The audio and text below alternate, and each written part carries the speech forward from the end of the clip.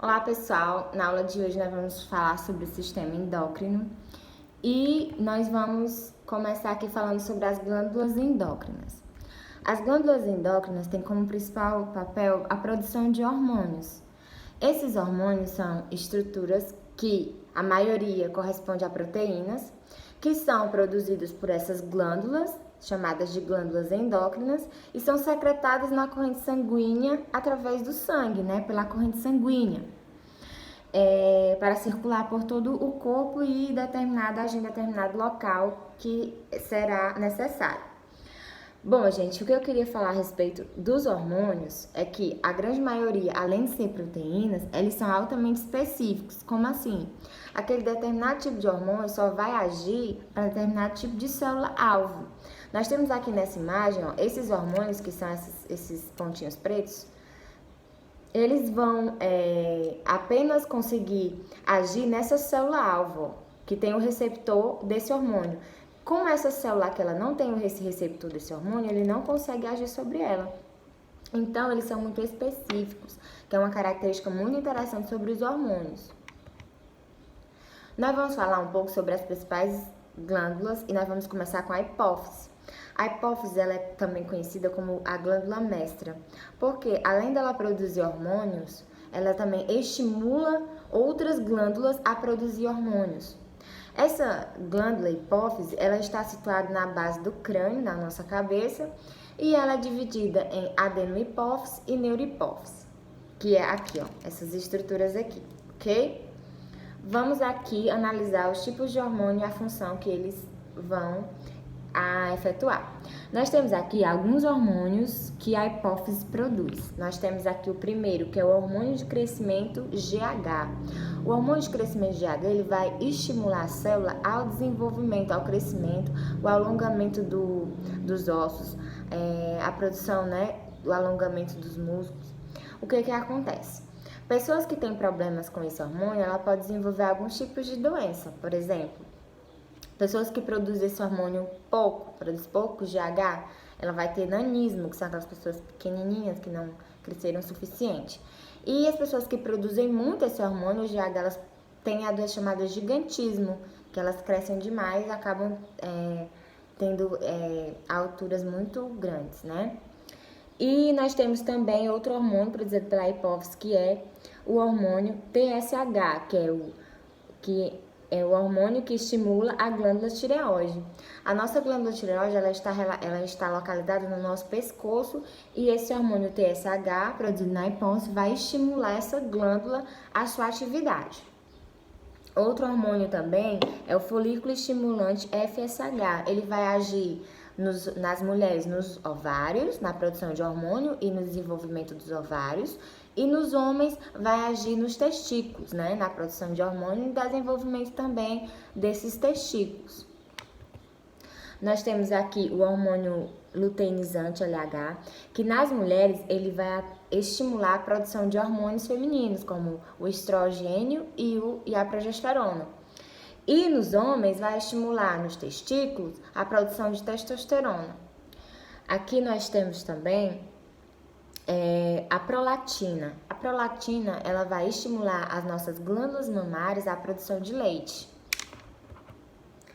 Nós temos aqui dois hormônios, a ocitocina e o ADH. Esses hormônios, eles são produzidos no hipotálamo. O hipotálamo é uma estrutura, uma glândulazinha que fica bem pertinho da hipófise, ali na base do crânio. Ele vai produzir esses hormônios que vão ser armazenados na neurohipófise. Que, no caso da ocitocina, ela tem várias funções. Ela está relacionada à liberação do leite, no caso da amamentação. Então, quando a mãe amamenta o filho, ela libera a ocitocina. Também na hora do parto, na hora que o bebê vai nascer, a ocitocina ela ajuda na contração do útero, para o trabalho de parto. Ela também é conhecida como o hormônio do amor, quando a gente, digamos assim, quando a pessoa está apaixonada, geralmente libera essa ocitocina no toque da pele, entendeu? Então, algumas pessoas relacionam esse hormônio ao hormônio do amor. Bom, gente, Falando aqui sobre o hormônio antidiurético, o ADH, eu já citei ele no sistema urinário. O ADH, esse hormônio que vai ser liberado pela neurohipófise, ele vai atuar nos rins, fazendo com que ocorra uma maior absorção de água, né, nos nossos rins. Nos nossos ovários vai ocorrer, né, a produção de hormônios chamados estrógeno e progesterona. O estrógeno ele está relacionado com as características físicas, o desenvolvimento das características físicas femininas, né? O surgimento dos seios, a questão das curvas do corpo. Então, ele vai estar relacionado a essas características no formato do corpo das mulheres. E a progesterona, esse hormônio, ele vai preparar as glândulas mamárias para a produção de leite e também junto com o estrógeno, ele vai preparar o útero para uma gestação, para uma gravidez.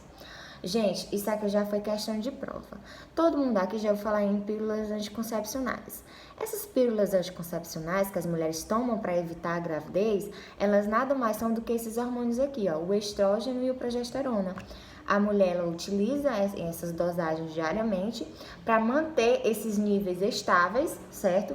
Para esses níveis não subir, esses níveis permanecerem estáveis e dessa forma evitar a ovulação e evitar também, assim, a gravidez. Então, as pílulas anticoncepcionais, elas são produzidas a partir desses dois hormônios femininos. Aí nós temos aqui as glândulas tireoides. A tireoide, que é localizada aqui no nosso pescoço, como mostra a imagem, ela vai ser responsável pela produção de hormônios como a calcitocina e o hormônio T3 e T4. Esses hormônios, eles estão relacionados ao metabolismo do nosso corpo, né? O metabolismo, o crescimento, o desenvolvimento do nosso organismo. Problemas relacionados com a tireoide, né? Quando a pessoa tem algum distúrbio na tireoide, ela pode desenvolver problemas de saúde chamados o hipertireoidismo e o hipotireoidismo. O hipertireoidismo é quando a produção desses hormônios acontece de forma muito alta, mais do que o suficiente. Aí a pessoa vai desenvolver, né, alguns sintomas, como por exemplo, os batimentos cardíacos acelerados, nervosismo, perda de peso. Aí a gente chama de hipertireoidismo. Pode ocorrer o contrário, quando ocorrer a produção de forma insuficiente desses hormônios. Aí é chamado de hipotireoidismo, que também causa problemas para a saúde, né? No caso, gente, vai ocorrer, a pessoa vai ter que fazer o tratamento através de medicamentos ou, em alguns casos, com a cirurgia. Nós temos aqui, por exemplo, outro distúrbio relacionado com a tireoide chamado bócio, né, que é um sintoma do hipotireoidismo que vai estar relacionado com a escassez de iodo. Iodo é um sal mineral encontrado no sal de cozinha, né? Então, geralmente é muito raro as pessoas terem esse tipo de problema porque o iodo ele está presente no sal. E aí, com isso, vai ajudar a não aparecer essa doença chamada de bócio. Gente, os sintomas é sonolência, cansaço, né? O ganho de massa, a pessoa começa a engordar. Então, é um exemplo desses sintomas. E além de mais, aqui, essa região aqui um pouco inchada. Nós temos as glândulas paratireoides. Elas produzem um hormônio chamado de paratormônio, que ele vai regular a absorção de sais e de cálcio no nosso corpo, ok? Nós temos aqui o pâncreas. O pâncreas ele vai produzir dois hormônios muito interessantes, que é o glucagon e a insulina. O glucagon ele vai fazer com que ocorra, ele vai, digamos que, transformar o nosso glicogênio, que é o nosso carboidrato de reserva do nosso corpo, em glicose. Então, vai colocar glicose no nosso corpo. E a insulina é o contrário. Ela vai retirar a glicose do nosso corpo para que as células possam metabolizar, ok? Então, enquanto que o glucagon, ele coloca a insulina no sangue, no nosso corpo, a insulina ela vai retirar, ela vai ajudar as células a metabolizarem essa glicose. Então, um é o contrário do outro. Todo mundo aqui já ouviu falar em diabetes, né? Existem dois tipos de diabetes, a do tipo 1 e da do tipo 2. Qual é a diferença? A do tipo 1, algumas células vão começar a atacar o organismo, ele vai atacar as próprias células, certo? As próprias células em um processo autoimune, então é como se elas estivessem atacando um vírus ou uma bactéria, só que está atacando as próprias células. Com isso vai acontecer o quê? Vai ocorrer a redução da produção de insulina no organismo. E nós temos a do tipo 2, que é quando alguns tecidos do corpo eles tornam-se resistentes à insulina, aí o corpo começa a produzir mais do que o necessário, e aí fica uma quantidade muito grande no organismo, e aí uma hora vai começar a parar de produzir e vai começar a desregular esse processo, certo?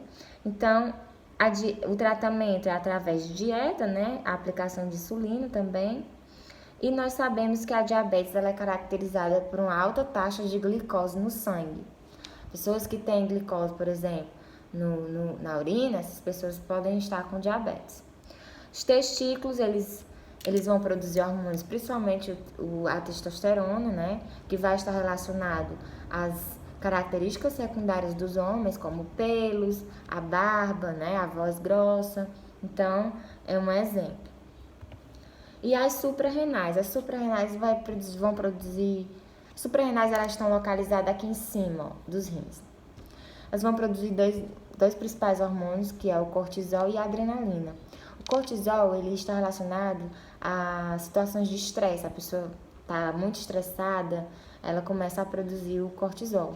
E a adrenalina, que está relacionada a situações de luta e fuga, né? A pessoa está com medo, acha que está em perigo iminente, que precisa correr, precisa fugir, a adrenalina é liberada por essas glândulas no sangue, e aí começa a desenvolver, né, sintomas, como por exemplo, aumento dos batimentos cardíacos, fornecimento de gás oxigênio nos músculos, enfim, e várias outras.